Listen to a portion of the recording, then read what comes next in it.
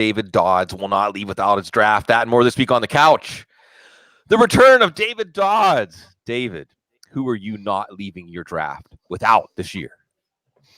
I'm going to throw a name that nobody drafts. And they draft them, but they draft them so late. But I'm going to throw out Mohamed Sanu, of all people. And it's a player that is way below everybody's radar. But look at what Atlanta's got. They've got an offense that's going to play in the dome virtually every week. And they've got a pretty easy schedule. The offensive line's built up, and they play three wide receivers virtually every down. So here's a guy that you got to pay a lot to get the other two receivers. You get Mohamed Sanu for really, really cheap. He's just somebody I think you're going to want on your roster this year. Yeah, I like this bringing up names that other people aren't thinking about, David, because I know from before I was even on the Football Guy staff, and you obviously had an integral part in how I ended up on the staff. Especially when someone like you would disagree with what my take was, I'd have to go back and look. And Sanu, the thing that's nice about Sanu is, like you said, it highlights all the quality of the offense that should be one of the top 5 or 6 offenses this year. And we know he's a proven talent. It's really, especially, and I think they get Minnesota week 1. Right. And that could absolutely be with the strength of Minnesota's outside corners. That could be a game where Sanu could be excellent. So, wow. I mean, David, you like, I had Bob Harris on earlier this week. So I think of the people who've been there from the very beginning. and I guess one of the things I want to ask you, just like an open-ended question, David, is with so much great analysis going on, so much happening with like data visualization and people coming up with their own metrics, and you were doing that before people were even think of doing that. Give me a couple of your angles that you're still seeing, because at the heart of this, it still comes back to seeing what the conventional wisdom is and deciding where it's off. Where everybody has come to this conclusion, but really they're off. Give me a couple of things where you think that people are off and you're trying to take advantage of it. Yeah, I think it's one of those things where it's kind of funny. It's like the podcasts will get on sleepers. So sleepers that are awesome in May almost become super overvalued. So it's a constant moving of the needle. And I know you talked Justice Hill and we were on all those guys early, but now they've moved so far.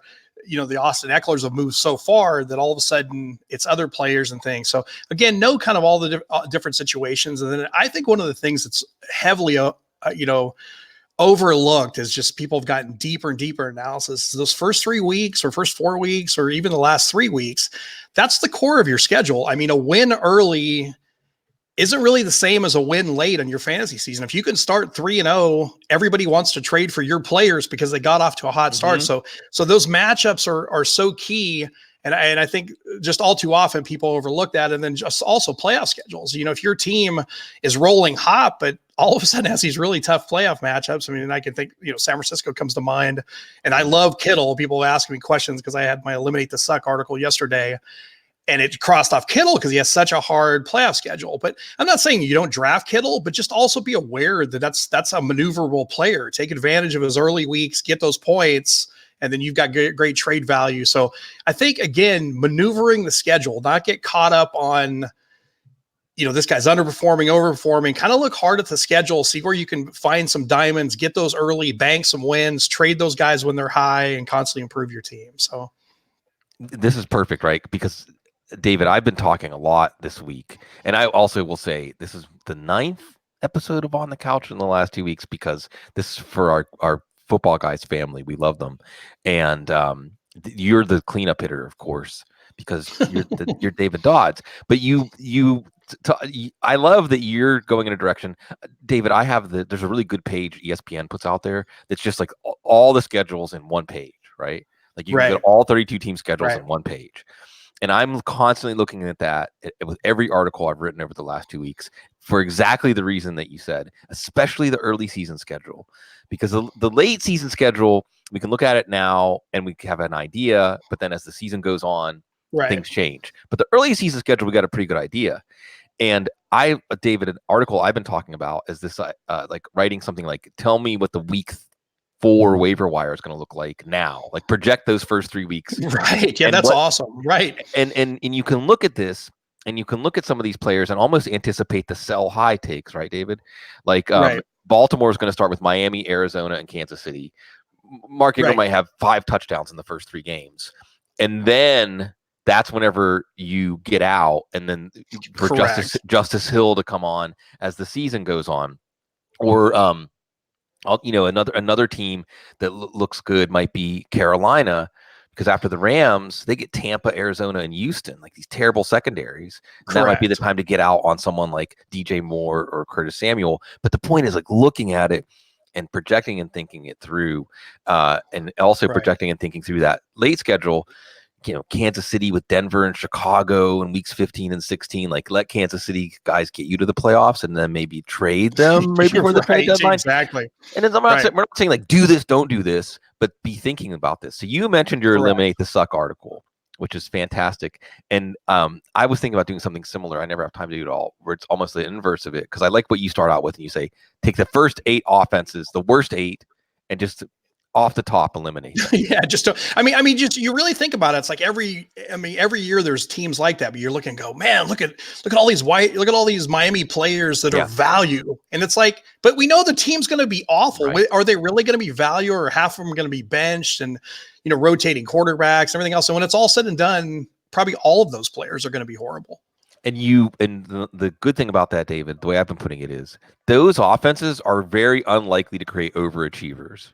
They're very unlikely to create players, because what creates overachievers other than unexpected volume because of injury or something like that, which we can try to predict, but that's really nebulous, is a good offense, like Kansas City's offense last year, like an offense that we underestimated the size of the pie, so all the slices get bigger. Correct. So then, and you said you looked at those playoff schedules, and then you compare it against your ranks. You take out the old players. And it's funny because the exercise I was going to do, David, was just as simple as the best offenses, players that are on the upside of their career. So let's say the first 5 or 6 years of their career, and then guys who aren't hurt yet, Right. And that was one of the ones, and only because obviously Gene's article's outstanding, and I was kind of going to do that too. It's like, just give us a whole laundry list of anybody that says they hurt their hamstring from July on, and just cross them off your list. Because honestly, like, how often is that turned just ugly, where that goes deep into the season, they try to come back too early, they end up getting hurt again, and they just never do anything. And, so I'll just, to the listeners, read Gene's article. He does a great job of forecasting and showing all those. But, guys with quad pulls, guys with hamstring injuries, they don't heal through the season. I mean, that's known. So it's another, group of guys usually to avoid. It's one of those things too, like partway into the season, you're like, I should have known. I mean, why did I talk myself into this? Right. One of the guys that somebody like AJ Green, I think it was Simon Shepard, who does the brilliant work on our app, that said, this feels like one of those situations that week 3, week 4, there's still going to be crickets, right? It's still going to be like, well, when is AJ Green going to be ready to come back? I don't know. And you can just avoid those headaches. And I like the idea too of starting out your draft prep by saying, not who am I going to target or who am I really excited to draft, but let's make this easier. Like Bill Belichick, right? Like go into the draft with a board of like 70 players instead of the 300 player board. That everybody else I like they still keep the whole list or have those other guys. I mean, obviously, like Clayton and I did a really good draft, and Amari Cooper slid to the 5th round. It's like, well, okay, in the 5th round, I kind of like him. Didn't like him in the 3rd round. Don't like him with all of his damage and all the things going on. But yeah, I think for the most part, some guys are just like Amari Cooper was kind of off my draft board. He gets cheap enough, he might enter it again, but usually somebody else will take him. So makes it easy. Okay, David. So we got to know, because very few in this industry have done as much or won as much as you have. So there are lots of hot button situations this year, right? There's lots of situations that even if you say, I'm not sure, like that's a stand. I gotcha. Let's start with the holdouts. If you're seeing Ezekiel Elliott in the second half of the 1st round, are you pouncing on that, or are you still wary of this one? Yeah, I mean, I think his is really, really unique, and that I think both the player and the team absolutely want to sign him long term. I think where he threw everything with a big hand grenade is they also got Amari Cooper they want to kind of get done, and he's a little dinged up, so I don't think they know exactly how to proceed. And they also got Zach, and I think they had on their own personal timeline those 2 players above Zeke, with Zeke having 2 years on the deal. So him kind of throwing the hand grenade and blowing it all up. I think, unfortunately, I'm souring on drafting Zeke where he's going. Like, we passed on him at 4. He ended up going 6, just because I think it may go in a couple weeks into the season. And I almost think now it's like, if he doesn't show up Monday, I mean, is he even gonna? I mean, he might play, but how much will he play in weeks 1 and 2? So Dallas has another one of those situations. Dallas has a cupcake schedule out of the gate for 3 weeks, and then they go play Kansas City. I believe they play Kansas City in week 4. I don't have the schedule right in front of me. They've got a tough game in week 4. I know that. So, but they've got 3 really, really easy games. So, I mean, it won't shock me if he doesn't show up until like about week 2. Now, it'll be a long-term deal, and it'll be all rosy and everything else. But man, if you drafted him really early and have to, fade that a first couple of weeks, although those are the easiest weeks to fade it, it still comes at a giant price. So the Zeke one's kind of tough, because I think once he's there, he's going to roll with that offensive line. It's just, when does he show up? So just, again, keep really good tabs on that one. And then I'm assuming you're going to probably talk with Melvin Gordon. I heard a little bit more, more optimism on Melvin Gordon today. His is also a really unique situation, because I think both sides are right. And this is when it gets really kind of tricky. They've got 2 really good outstanding backs in Austin Eckler and Justin Jackson behind him that are on the complete cheap. That's how the Chargers like to build their team. So it's clear their ultimate goal would be to pay Melvin Gordon the $5.5 million, let him ride out this contract and go into the sunset. Don't franchise him. Don't do anything. Melvin Gordon wants a long-term deal. It's like, well, I get it. You want a long-term deal. We're not really offering it. Now, the Chargers, I believe, countered with something like 2 years, $20 million, which would be close to the 5.5 plus a franchise of $12 million plus a little extra just to secure that kind of future. And he's turned it down. Well, I don't think they're offering more than a 2-year deal. So, I mean, it's a complete stalemate in that situation. But it could be one where Melvin Gordon just takes the high road and goes, I need to bank a season, get out of here. If I was his agent, I would go in there and get somehow, I mean, I don't know how that's enforceable, but to say that you will not franchise my player and he'll show up. And I think that might be what they're working on. And you may never hear this reported, but if he does show up, I think prior to week 1, I'm going to guess that that's what the agent got done. Because if they franchise them, and that's the whole problem with these running backs, is they play their hearts out in college to get drafted high to get enough money. But then the NFL allows the teams to sign for a 50-year option, then franchise them, and then they're at the end of their useful life. They don't get a second contract. So it's the collective bargaining agreement is not working for running backs. That's why you're seeing the Bell holdout. That's why you're seeing Zeke. That's why you're seeing all of these top end running backs kind of positioned for this money earlier than normal, because it's really not working for them. And I don't know the complete answer to that, but I think, if the Chargers didn't franchise them or didn't tag them at the end of this year, I have a feeling Melvin Gordon will come in too. So he's actually sliding into the 3rd and 4th rounds. He's becoming a bargain now if he does show up in camp. But the problem is they've got 2 really good running backs. Now, according to the contract language, he could probably hold out until half the season's over, walk in he doesn't need to accrue a season, but his contract gets extended. My understanding is if he plays less than half the games or shows less than half the time, then he's still under contract for another year. It just keeps extending. So at some point he has to come in and bank those time. But again, I think team loves Melvin Gordon. Melvin Gordon loves the team, but they're not interested in a long-term holding up a lot of money on the running back situation with him. So for best of all parties, dude, get him in, pay him the $5.5 million, maybe add another bonus so he hits certain incentives, and then don't franchise him, let him go, get your supplemental pick. That's how that can end. But again, it takes calmer heads sometimes.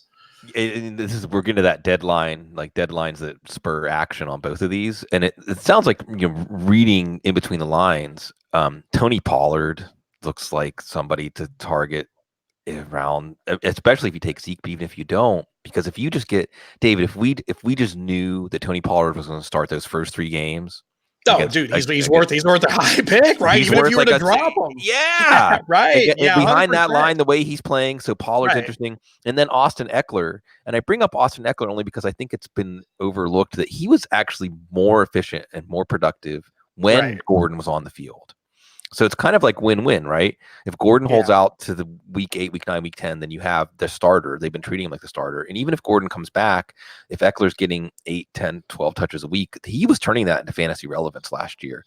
And Absolutely. I think it's a situation too where, I mean, I'm probably in the complete minority. I actually think Austin Eckler might be better than Melvin Gordon. I mean, Melvin Gordon finally cracked 4 yards a carry last year, and he runs all those hard yards too. I mean, Melvin Gordon does. So I'm not trying to diminish Melvin Gordon's no, career or what he's done, but again, I think all too often these running backs come into the league as just absolute workhorses in college, and they kind of earn through those productive years. I'm not saying, I mean, Melvin Gordon is outstanding in the pros, Zeke's outstanding pros, but they come with just lots of mileage and they run down fast. I yeah, think we're gonna see it with Ingram and Baltimore, right? I mean, yeah, everybody's on the page waiting for it to happen. right. It's like you could log so many miles, but at some point, man, it catches up to you really fast. And so I think that, like I said, I think the Chargers are correct in not wanting to lock down Melvin Gordon for a 4-year deal, 5-year deal. But he'll get money in the free agent. So, I mean, I get why his agent would also want to, like, I need to cut ties. We want to sign a longer term deal. We don't want to sign a 2-year, $20 million deal and then be right at the cliff and nobody really wants to offer us any real money. So his money is to get is now. Again, CBA makes it kind of tough for these running backs that get drafted in the first round. Yeah, and I also like Eckler. I mean, and you're absolutely right that it's a situation. We can have these situations where both sides are right. I mean, the Chargers were 4-0 without him. They've got Eckler. They've got Justin Jackson. Right. I also like Eckler a little more too because of this Russell Okung situation. And David, I feel like Chargers offense is going to be functional, but they have one of the worst right tackle situations in the league anyway. They're hoping this Right. the kid, the 3rd round pick from Sioux Falls, Trey Pipkins. I mean, he may be their swing tackle, and I'm not seeing any sign from the Chargers that Oakland's going to show up. He's on, I think probably he's on blood thinners from this pulmonary embolism, and he can't play when he's on those. So dump offs to Eckler, right? More passing to the running back. I think so. Yeah, I think so. So Eckler, David, I'm picturing, and I'll use this to pivot to another big hot button issue right now.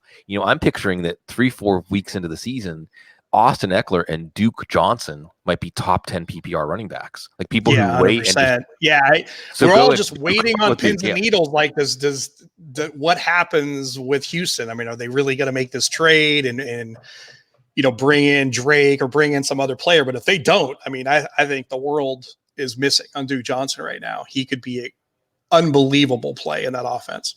And when you talk about mileage on running backs, I mean, here's Duke Johnson, just primed. We know he's good at football. Yes. And he's in Deshaun Watson. I keep beating the drum on this because this is the bad side, David, of doing 9 episodes in 2 weeks. People might hear me say the same thing over and over again and get sick of it. That's why I have all of y'all come in. But Deshaun Watson makes players around him better and more productive. Right? Oh, 100%. So I mean, that offensive line is garbage. I mean, put most quarterbacks behind that offensive line, and that team would be awful. Yeah. But he just, he scrambles, he buys tons of time. And just imagine, I mean, you can picture, as opposed to Lamar Miller, what Duke Johnson could do out of the backfield on dump offs. And so it's just, I mean, it's salivating. If they don't add anybody, we all missed the boat on Duke Johnson. I mean, I've been adding him in drafts pretty extensively. So I didn't really like that news yesterday of Drake possibly going over there in a trade. Sure. It's like, wow, that could really dampen things. But Duke Johnson could be a star. And he was doing that on the Hugh Jackson Browns. He was doing it in one of, you can say in hindsight, one of the worst situations he could have been in. I mean, credit to the Cleveland Browns under their kind of new ownership and new management. They knew not to trade this guy. Like, they literally weren't trying to trade him. They kind of, made it rough when they, were gifted Kareem Hunt so cheaply. But they still kind of want to hold on to this guy. I think they knew what they have. But I think it's one of those situations where, when the team chemistry is rough. I mean, certainly Duke didn't like that situation of them getting Kareem Hunt. I get it. So 2 situations, 2 teams, you've been doing projections. Folks, there's so many things. And David doesn't need me to lionize him, but you were doing lots of things that have become just industry standards, like projections and game predictor and things. You were doing things like 15 years ago that seem novel or interesting or innovative now. The projections, 2 big seismic situations. Okay, first, How did your projections and your draft advice and your angles change when we heard that Josh Gordon was reinstated? Yeah, not a ton. I mean, I kind of moved it around a bit. I mean, I still think that's it's a Belichick offense. I mean, they're gonna go matchup dependent, see how they play it. I mean, he slots in a wide receiver 2 for me for the Patriots. But it's a situation. I mean, Gordon really didn't do all that much really with targets last year. I think we're remembering this breakout kid. He's a few years removed from that. Again, I think it helps their team immensely because they don't really have, like, obviously push N'Keal Harry and a bunch of situations that just weren't really improving in practice time. But I think for the most part, I mean, I think Gordon will be okay. I think he's probably being overdrafted in most drafts. I mean, I get excited. I mean, there's times when you look and you go, oh my God, this guy's so talented. But then there's also times when he just seems like, I don't know, that he's not fully engaged, clearly. So I don't know. He's somebody I don't have a lot of shares of, but it won't shock me when he puts up a 200-yard game and 3 touchdowns or some week. I mean, I think that's the kind of player he is. And I think what it really does is it helps Tom Gordon tremendously because he can't really throw the long ball much anymore, Tom Brady, and people don't want to hear that, but it's pretty true. But I think having somebody like Gordon stretch the field where teams still try to make sure Gordon doesn't beat them and burn them and make him look silly just carves out tons of underneath stuff that he lives on. So I think it's one of those things where I think that offense just became a lot smoother.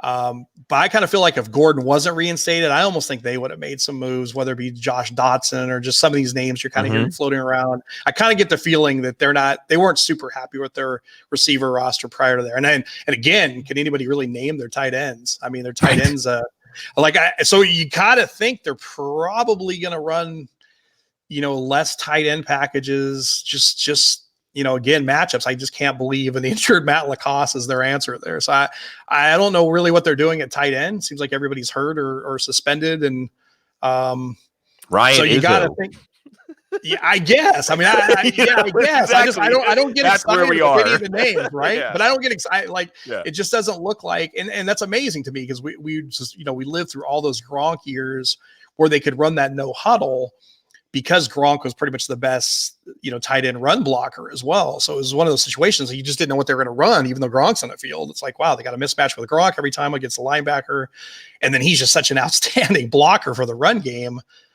And then, maybe an aging Ben Watson's going to be okay when he's back. But I mean, just, we're talking 5 weeks into it. And I saw Gronk is now pitching CBD oil, so I think everybody counting on him to be back instantly. I mean, he's now a big spokesman for a CBD oil company, which more power to him. I just don't know. I don't think we're going to see Gronk early season. Mm-hmm. Yeah, and so I think you hit the key point that may have been overlooked, which is this is good for Tom Brady, and how it plays out game to game. Like you said, there'll be some games that are Josh Gordon games, but more importantly, Josh Gordon's going to give the whole offense more room to operate. Correct. And Tom Brady now, his job becomes a lot easier. And I had Sony Michel's one of those players. Wood and I are both writing up our On Second Thought articles this week, which I think is good because all of us that are paying really close attention, we should change our mind about some things. Right, maybe yours things might be different than mine, and I'll use that as a lead in a second. But Sony Michel, after he's had a good camp, an uneventful camp, working more in the passing game, and the addition of Josh Gordon just means more touchdown drives to finish, more longer drives. And the schedule, the Steelers and the Patriots, that's going to be fun week 1. And then they get the little sisters, right? Right in a row, they get the 3 AFC East teams. Miami, the Jets, and Buffalo, and then Washington and the Giants, and then the Jets again. I mean, this team could easily be 7-0, and Sony Michel could have 10 rushing touchdowns in those first 7 games. So Sony Michel and Tom Brady looking good. Go ahead.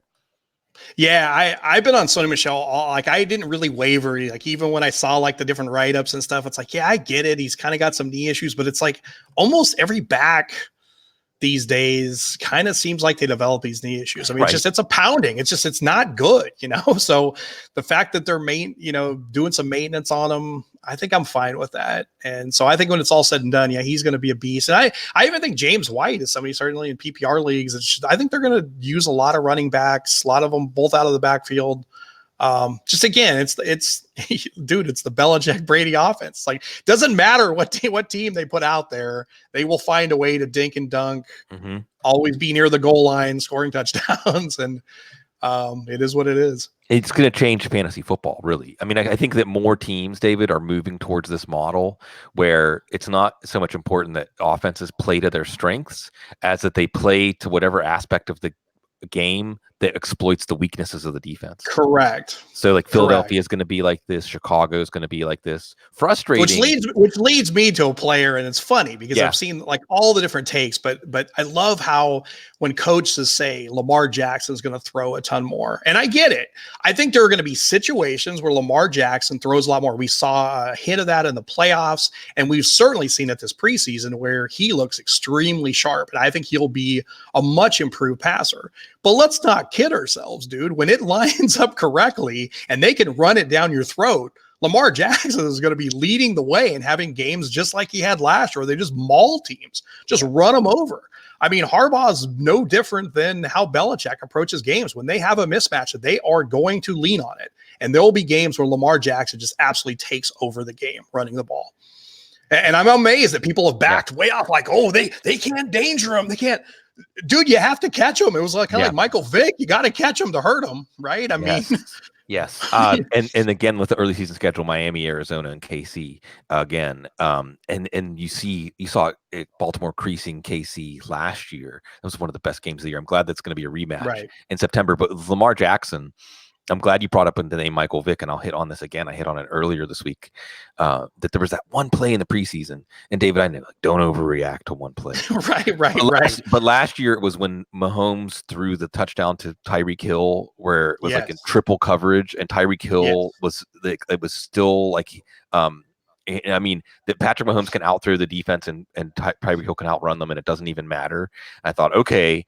And for me this year, one of those plays was Lamar Jackson's touchdown run, because he was running well last year and used heavily, but he hadn't reminded us that he is this dynamic athlete.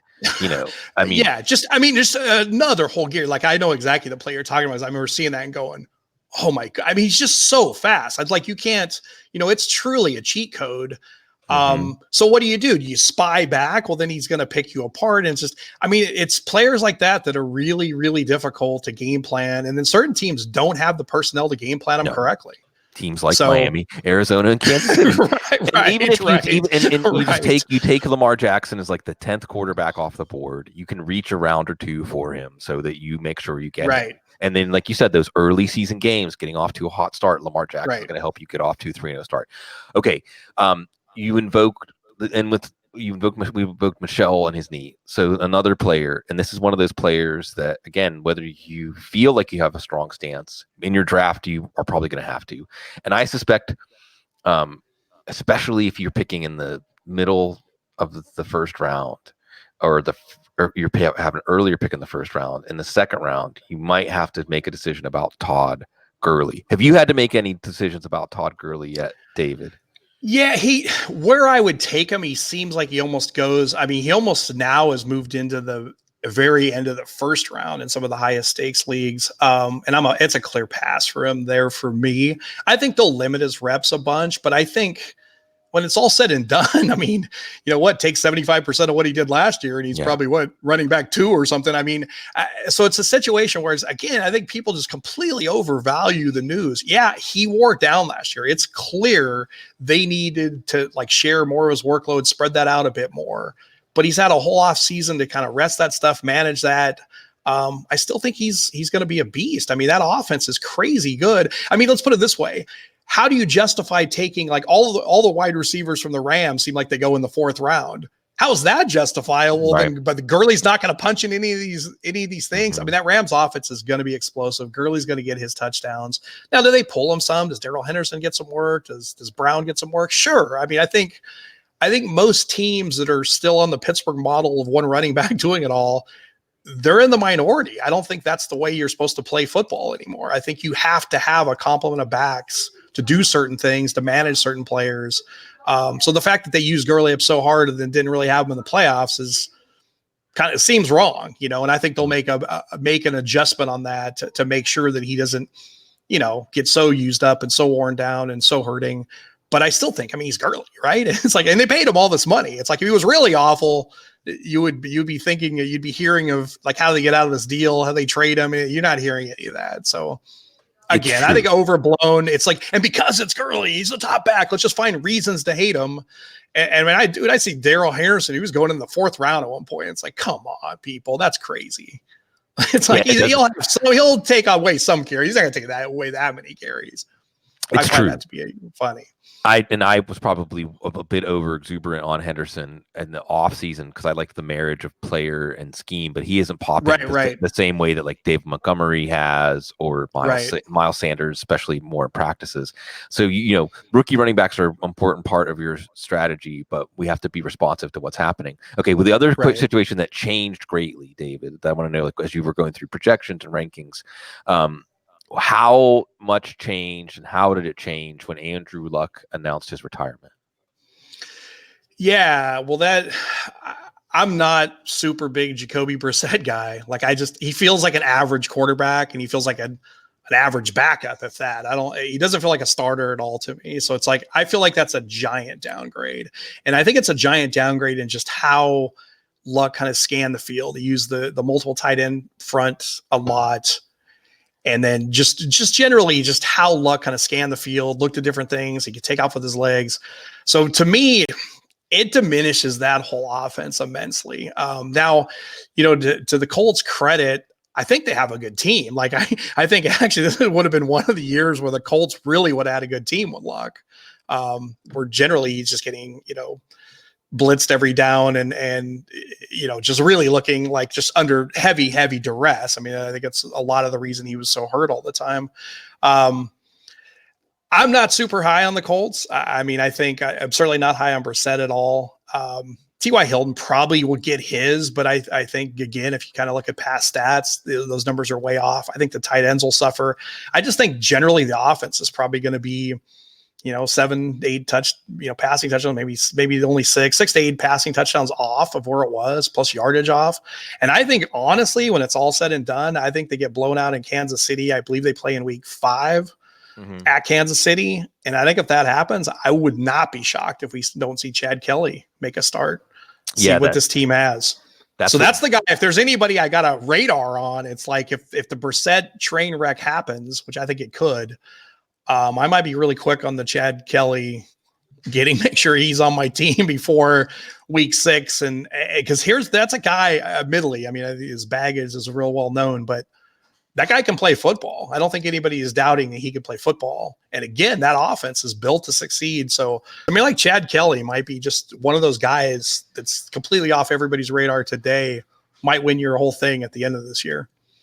Absolutely. And I love that, he's going to get that. Isn't it funny how reality has these twists and turns? Because I think whenever he was signed, David, the idea was this is a favor for Uncle Jim. Frank Reich is doing a favor for Uncle Jim because they, Frank Reich and Jim Kelly, like we think of those two guys together. And now it could end up being Chad Kelly's opportunity, maybe the opportunity he wasn't going to get with Denver that he messed up. It's the twists and turns. Okay. Speaking of twists and turns, you've done something, and you've done an excellent service for everybody with your 50% D's blog. And you've always, one of the things I've always loved about the way that you do what you do is you're super transparent. You're just like, this is it's not like some super state secrets that you're protecting or something like that. You're like, this is what I'm going to do.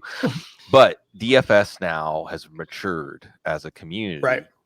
So what, in your mind, how do you approach DFS in 2019? It's a different DFS fishbowl than we had in 2014 or 2011. Right. Take that and run with it. Yeah. Okay. So, I think the biggest thing that happened was, we first were starting off. Here's these games, people trying to figure out how to bust them, how to have really good lineups. Optimizers hadn't really gone very far. And then, at some point when there's money involved, get the quants involved, right? And tools get better and a lot of smart people, start taking and applying kind of their logic into these tools. So you saw the growth of the absolute great optimizers.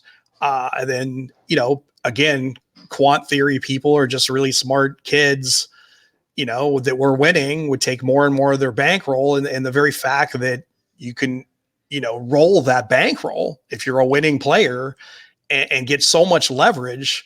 I mean, they weren't investing in the stock market; they were investing in DFS lineup. So what you found yourself is probably 10% of the hobby dominating virtually every contest.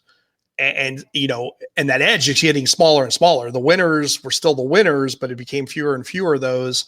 Became hard to beat, like the normal games. Things like 50-50s, which were easy, all of a sudden became trains from the very best players that would put in 50 of the same lineup because the sites would let you, and dominate even the lower contests. And so we've seen the whole thing go from you never play head to head, you don't do this. And now almost all of that's coming back. And I say that's coming back. There's a site, Fantasy Draft. It's not one of the big names, not DraftKings, not FanDuel, but Fantasy Draft. They're offering what's called rake-free DFS. So you basically you pay to be a member of their site, and that allows you certain amount of entry fees, but they don't take any money from the contest. So all of a sudden, 50-50, you just actually have to be better than half the field to win, as opposed to a big site like FanDuel. They're going to take 15% out of the prize pool. You've got to win 55% of the time to even come out as a break-even player. So I feel like there's certain things that are happening kind of in that realm. And then I think, we've taken it another stride too. We've pushed out an optimizer using a lot of my logic, using obviously Steve Buzzard, who won giant contests, pushing a lot of that logic and how to beat the bigger contests, how to get really unique lineups that are still, correlated to have a huge pop if everything goes right. And we've just all gotten smarter. So I think, it's, again, are the contests tougher? Sure. But it's, choose the right contest, do the right things. Try not to have, zillions of dollars in play every week, but pick and choose your spots, look for overlay, do some other things. And there's still quite a giant edge to be had. I've never lost money playing DFS in a year, even though it's gotten harder. And I'm pretty sure a lot of the people on our DFS team can say the same. So it's one of those things where you just, again, got to pick your spots. Can't be in everything. You can't spend 5 seconds on it because, certain people are putting 30 hours into it every week. So, but on the same token, I think there's still edges. Like I'll throw out a pick right now. So CJ Uzama is a perfect example of somebody completely under everybody's radar for week 1.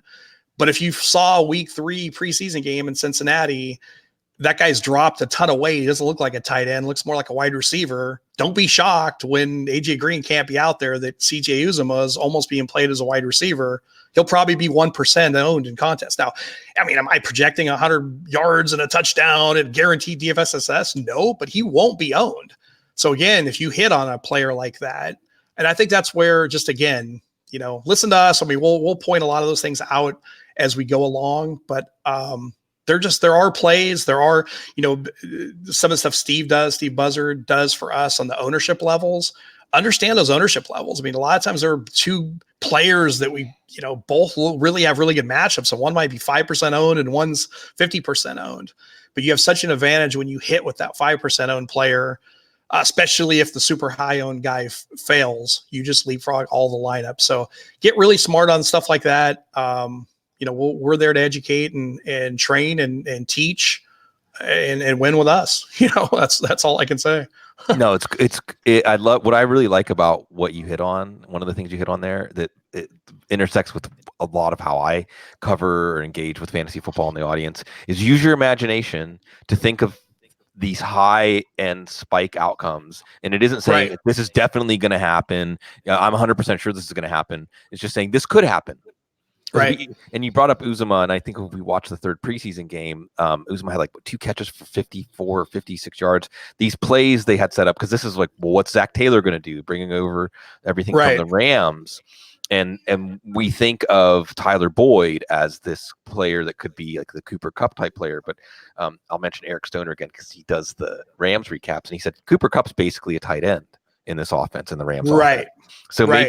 maybe, we should be looking at Tyler Eifert. If we don't trust Tyler Eifert, CJ Uzoma as a player that the offensive play design is going to create a lot of opportunities for.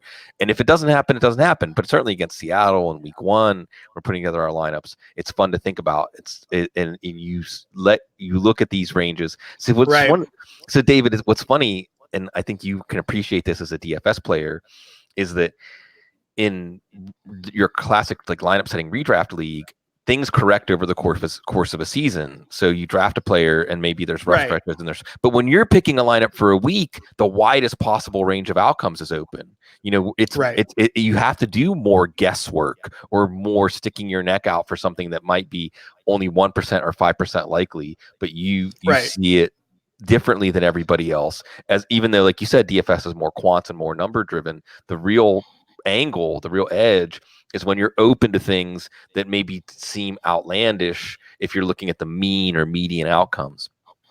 On that same note, so another article you just wrote, and this is great, folks, because if you like people, I try, David, I try not to be like a shill for football guys because I mean, really, it's the only site I ever wanted to work for, and I'm excited and happy every year to be doing this. But if you just got like David Dodds angles on things, like that would pretty much justify the subscription, because you're also doing best ball stuff too. And what's really cool is in draft are doing these best ball contests that are fun. It kind of merges best ball and like the high stakes contest for like week 13, 14, 15, 16 are massive. And then they aren't trying to be just the best out of 12. You're trying to be the best out of 50,000 or 100,000. And it makes a lot of fun for people. So this week you're crushing the draft best ball contests came out. Like, give people a taste of how you can help them have a better chance of lasting and maybe even winning one of these big contests. Yeah. So, and it's certainly the draft has like a $3.5 million contest for a $25 entry, which is just it's just asinine to think that the hobby's growing that big. So you got to think of yourself, since the payoffs are so deep at the end, you have to play it for the win at the end. So how do you craft a team that's outstanding at the end? Now you have to win your league to even get to the end, but let's start with the premise you're going to get to the end with the best team.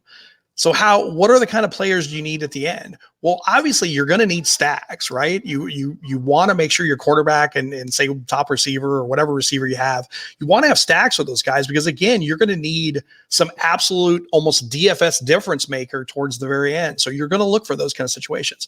Who also are the players that are completely getting overlooked now? Your Justice Hills, your different situations where guys could have a giant role, much bigger role by the end of the season than now. So AJ Green is somebody easy to avoid now. Maybe he drops low enough at something like that. He's a guy that could just absolutely push you through the edge.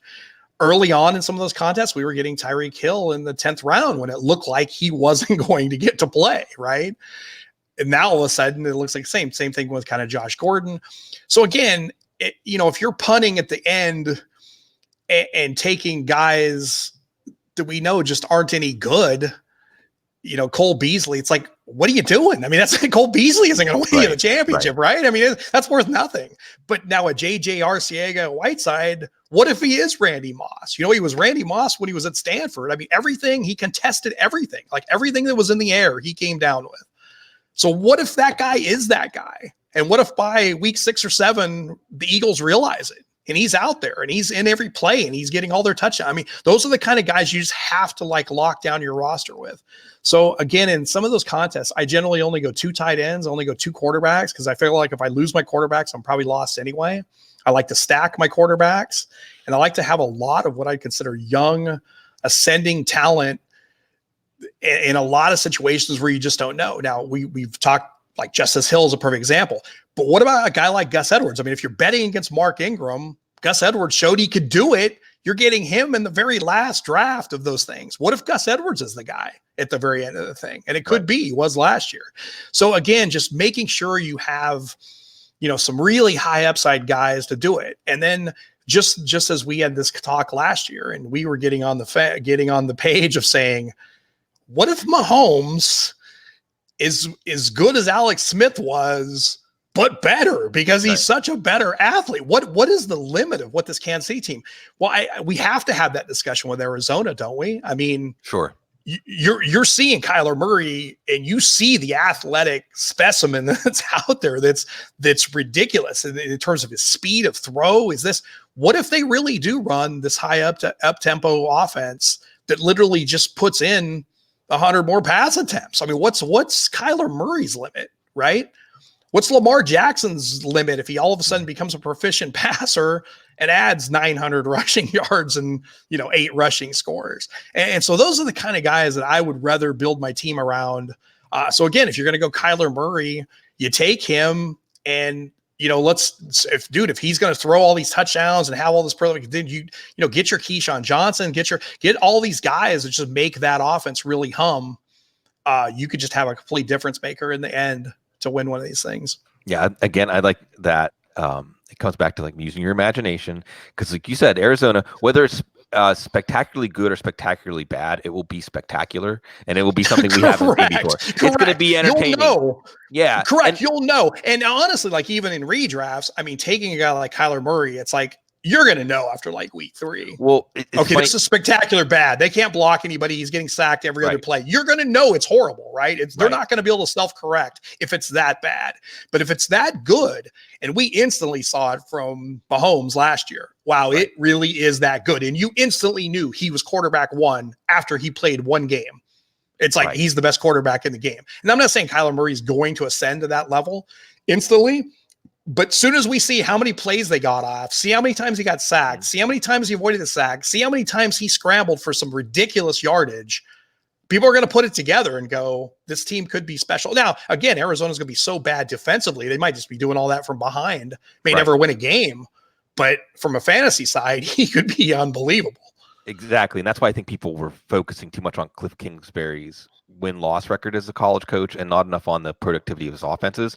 And I think that as a preview, again, David, looking at the early schedule, it's easy for me to picture against Detroit, Baltimore, and Carolina, because these are all teams that should dominate that offensive line in the trenches. And they're all teams that will be fine with running the ball 50 times. And really rational coaching is keep Kyler Murray on the sidelines, right? 8, 9, 10-minute drives, grind it out. I mean, just 45-minute time of possession kind of game plan. And even if, and we watch in those little glimpses, and it may be that the Arizona offense is a bust after those first 3 games because they only get 6 possessions or 7 possessions, and maybe they score 2 or 3 touchdowns in garbage time. But then later on is when you see, after that, Cincinnati, Seattle, Arizona, Giants, San Francisco, Tampa Bay, San Francisco. Yeah, there's a stretch of really good games in the middle of their season. So we got to keep all that in mind as we're watching Arizona. Another thing you said, we'll talk about the best ball championships that I really like, is don't plan on failure. Like, don't say, well, right. So don't say like, well, what if this pick doesn't work? I'm going to do this pick to hedge it, because you're already out. Like draft as if your first 4 or 5 picks are going to hit, and then keep being greedy to just get greedier and greedier. Well, here's a stat for this. So, again, if you kind of look at last year and some of the teams that actually won some of these championships, what ends up happening every single year, we all see it in fantasy football. Running backs that we didn't think were going to have big roles. Tight ends sometimes have big roles, because again, those are positions that generally, even when we're forecasting players, we're expecting about 15 games out of those guys. You know where the position that doesn't shuffle? Wide receivers doesn't shuffle. Yeah. The top receivers are the top receivers. So in that kind of draft, obviously, if you're drafting one of the first picks, you're not going to avoid the Barkleys and I mean, all the absolute stars that are at the start, that locked in the start of the draft. But after let's just say you get a running back in the first round, why not just go receiver for the next 4 rounds? You have to play 3, you have to play a flex. You can have 4 in every lineup. And that's when you start taking darts like Austin Eckler, like Tony Pollard, because what if those guys really are leading? Chase Edmonds goes for a fraction of what some of these other guys. And here's a guy that if David Johnson went down, I will tell you, Chase Edmonds, if they run this high tempo offense, would probably be a top 10 running back. Mm-hmm. So again, you basically just play it and go, okay, all these running backs people are just locking all these running backs on their teams are going to fail. I'm going to lock in the receivers that we know will be there, because those are the guys that are always there, right?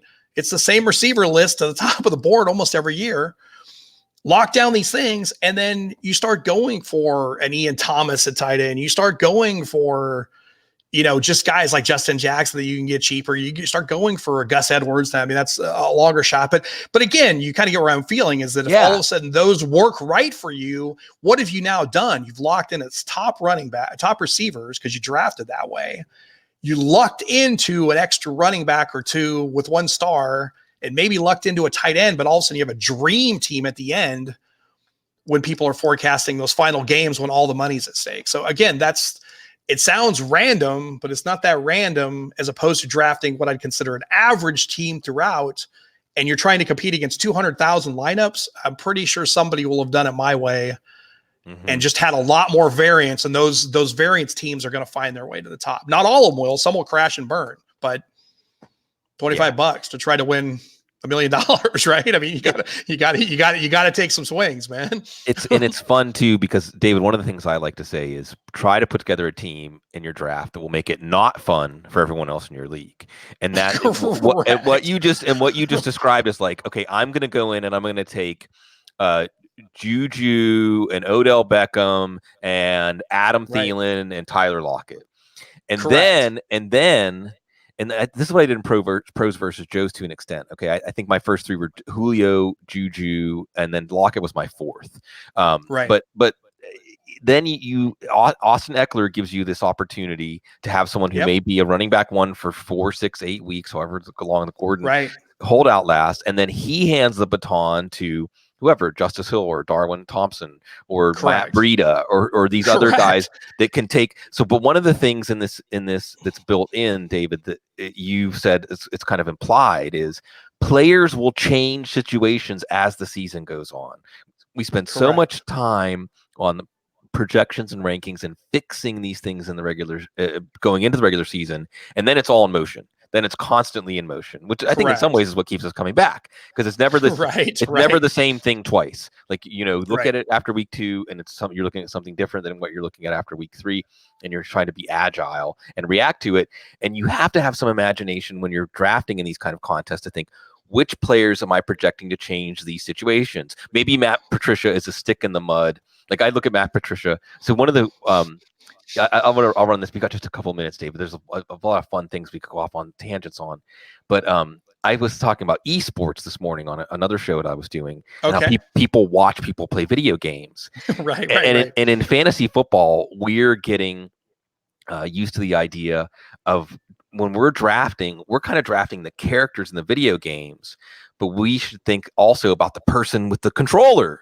Right, like the offensive coordinator, like you're drafting the offensive, and Matt Patricia, Matt Patricia and Darrell Bevel might be the guys who like just press the A button over and over and over again. You know what I mean? As opposed to like understanding everything. But Kerryon Johnson could be so good that they may not. Even they can't mess that up. They can't screw it up, right? I mean, the good news is they've traded away. They've kind of made moves that look like he's going to get it, but you're a little bit worried about the head coach situation. You are, but either way, you have to, in your mind, project this out. Like, okay, so people are saying Kerryon Johnson there's a problem here because they're going to keep using C.J. Anderson. They'll mix in some Ty Johnson. But I think Kerryon Johnson's so good that it doesn't matter. And maybe people disagree with that, but you should be thinking about how these things are going to change during the season and drafting for that. And sometimes like as wins and losses kind of go too, like all of a sudden, like we talked about the Indianapolis situation. I mean, Vegas changed the win total from something like 9.5 games to 6.5 wins. So let's go in with the realization that as Indianapolis struggles, what do they do? Do we see, more Paris Campbell?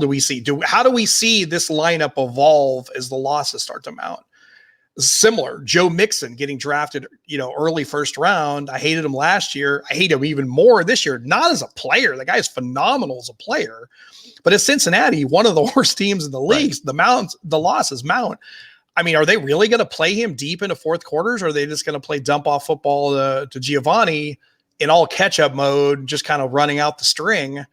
I just don't want to have my whole season resting on Joe Mixon consistently getting carries in games they're getting blown out. So again, you have to understand those kind of situations, because I think those things do matter. Bad teams do weird stuff. Yeah. Generally, the players that tilt fantasy leagues aren't players on bad teams. That's one of the risk factors with Antonio Brown, too, in Oakland and their early season schedule. And let me, before I give you one more open ended question, give me your quick Antonio Brown take in drafts this year. Well, I think he's dropped so low now. I mean, he's now going in the third round. I think in the third round, I think he represents pretty darn good value. In fact, one of the guys I've been really high on all year is Derek Carr put up career high numbers in virtually everything except touchdowns last year. So his percentage was better, his yardage was better, his yards per attempt were better. And you got to think Tyrell Williams and Antonio Brown, that's a huge upgrade right there. So, maybe they lost a little bit by losing Jared Cook, but for the most part, I think that offense has to be better. I still think Gruden manufactures losses, so I think they also will be playing from behind some and all those things. So I think Antonio Brown has become a value in the third round. I mean, this distraction thing has been funny kind of to watch, but it's off the rails so much. It's like it's kind of beyond funny now. It's you're a little bit worried about just where he's at mentally. But I'm probably a buyer in the third round. I mean, I've never soured on him all that much. He's an incredible talent. And as badly as, Derek Carr's not Ben Roethlisberger. Like he won't take those chances as much. But Antonio Brown just has a knack for just finding a way to get open and finding those seams. And he's awfully good. And I think Tyrell Williams is another player who's probably understated. So I have a feeling that Oakland offense in general is probably better than people think. And they're going to be put in situations against both the Chargers, both the Chiefs, that they have to score points or it's going to be 40-2, So at some point, and when they're just forced to throw the ball, they got a rookie running back. I think you're going to see them put up some numbers there. And I'm even coming around. I'm still not necessarily taking Antonio Brown, but Derek Carr, Derek Carr's future is at stake, right? Like if Derek Carr doesn't have a good year, he could be a backup next year somewhere. Correct. Never get that $100 million contract again, things like that. And I'm open to the idea that he's just going to learn, like count 1, 2, and just throw it around Antonio Brown. That's a good recipe to move the ball. He could be open to that. And by the way, this is such must-see stuff, must-listen stuff that Matt Waldman is in the chat room right now. That's outstanding. He's asking about your twin brother who's back in the league down in Tampa and whether you have any mind. It's true, folks. Look it up. The real quick, David, just like 2 minutes left. I want to ask you this question. I know that this is something we can spend a whole hour on. What have you personally changed about your approach to this in all the time you've been doing it now, 20, 25 years? What's new in the David Dodds approach? Yeah, I'd like to think we're always evolving. I think when I first came at it, I was this cocky kid. I literally would look at ADP. I didn't care. If he was 8th round value, he was 8th round. And now I just realized with just so many drafts happening, what is that group think?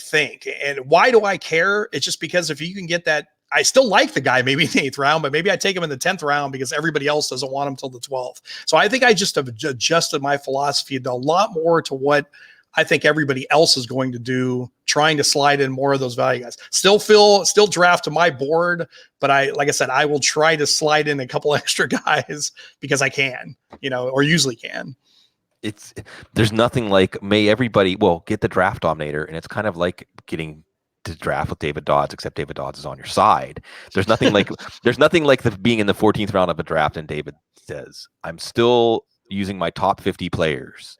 I still haven't run out of my top 50 players yet. No, there's nothing like getting to work with David Dodds, getting to be part of Football Guys, getting to have him on the couch. This is something we look forward to every year. Thank you, everybody, for fueling us at the Football Guys, seeing Definitely. The family. All of your energy and enthusiasm is what powers us through all of this. We like to deliver for you always. You're the best audience, the best group of subscribers, customers, listeners, however we want to describe it. It's fun, David, that I can remember, being in an airport with you and you're like, hey, you want to, do some more work with us, and being at the Super Bowl party at Damon's place. Right. And here we are now in 2019 and we still get to do this. And it's unbelievable. Yeah, it's been outstanding. Well, and the same thing. And I remember coming back from that Super Bowl party and reaching out to Joe and said, man, the Sigmund Bloom, I know he posts a lot on our message board, but this guy is super sharp, man. It's like, there's a reason he's not on staff. And it's like, he kind of starts looking through your posts and go, yeah, that seems like a good ad. And it's like, yeah, let's make that happen instantly. And excellent decision. We've been fortunate to have a lot of those good decisions just a lot of great players like Yeah. Matt Waldman, like the Gene Bramels, like the Bob Enright, you can name them on and on, Jason Woods, and a lot of those have been on the couch. But that's what makes football guys fun. Is like everybody doesn't see it the same way, but I think collectively get us all in the room, and that's a lot of firepower. Yeah, it's going to raise your game, and y'all fuel us. You push us to be the best that we can be, because we want to deliver for you all so much, because you're so very classy. Thank you. Ending broadcast. Dude.